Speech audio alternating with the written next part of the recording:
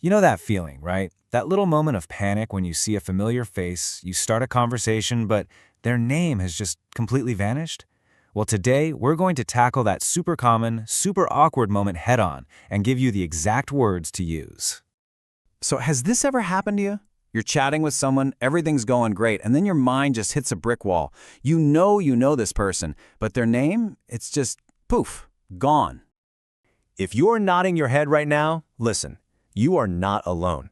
This happens to literally everyone. The secret isn't about having a perfect memory. It's about knowing how to handle it gracefully when your memory decides to take a little vacation. All right, so to see how this all plays out in the real world, let's jump into a classic scenario. We've got two people here, Nick and Anna. They met for like 2 minutes at a conference, and now they've just bumped into each other on the street. So Anna spots Nick first, and she kicks things off with a super casual, "How's it going?" Easy, right? Everything seems totally normal, for now. Nick, he definitely recognizes her face, so he jumps right in with some friendly small talk, trying to buy himself a little time to figure out exactly how he knows her. And boom, there it is. Anna gives him the clue he needs. The conference. Okay, so Nick knows where he knows her from, but he is still missing that one crucial piece of information. Her name. You can see Nick trying to find a smooth exit here. He wants to be polite, he wants to keep the connection open, but he's also desperately trying to end the conversation before she realizes he has no idea what her name is. And this is the moment. With one simple question, Anna has unintentionally backed him into a corner. He's totally stuck. He can't say yes because how can you look up someone's contact details without a name? Okay, let's hit pause on this scene for a second. Before we find out what Nick does next, let's rewind and break down a couple of really useful phrases that they've already used. First up, Nick's excuse. In a bit of a hurry. This is such a great, polite phrase for when you need to end a conversation because you don't have a lot of time. See how he uses it? It just softens the exit. Instead of seeming rude or abrupt, it makes it sound like he genuinely has to be somewhere else. And this phrase is so versatile. You can use it to get off the phone if you're late for something, or even to just postpone a task. It's polite and everyone understands what it means. Next up, we have contact details. This one's pretty straightforward. It's just all the information you need to get in touch with somebody. You know, phone number, email, all the stuff you'd find on a business card.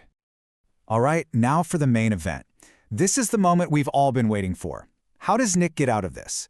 Well, this brings us to the single most useful phrase you can possibly learn for this exact situation. And here it is, slipped my mind. Now, what makes this so perfect?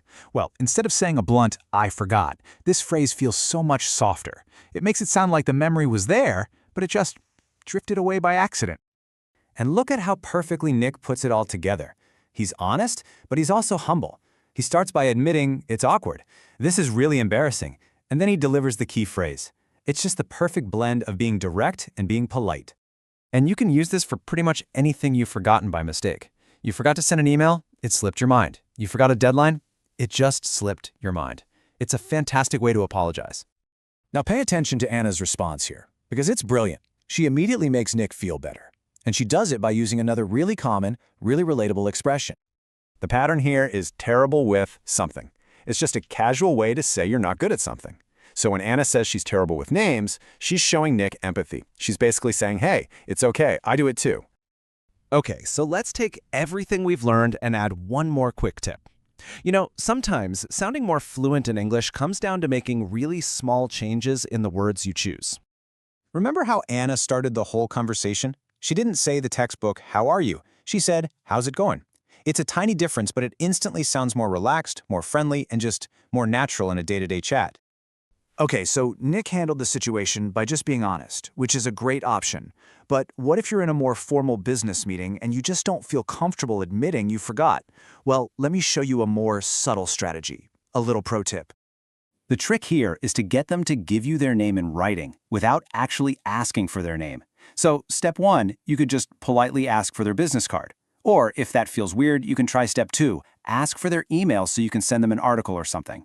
9 times out of 10, their full name is going to be right there in the email address. It's a really clever and discreet move. So there you have it. You are now officially armed with two amazing tools for this situation.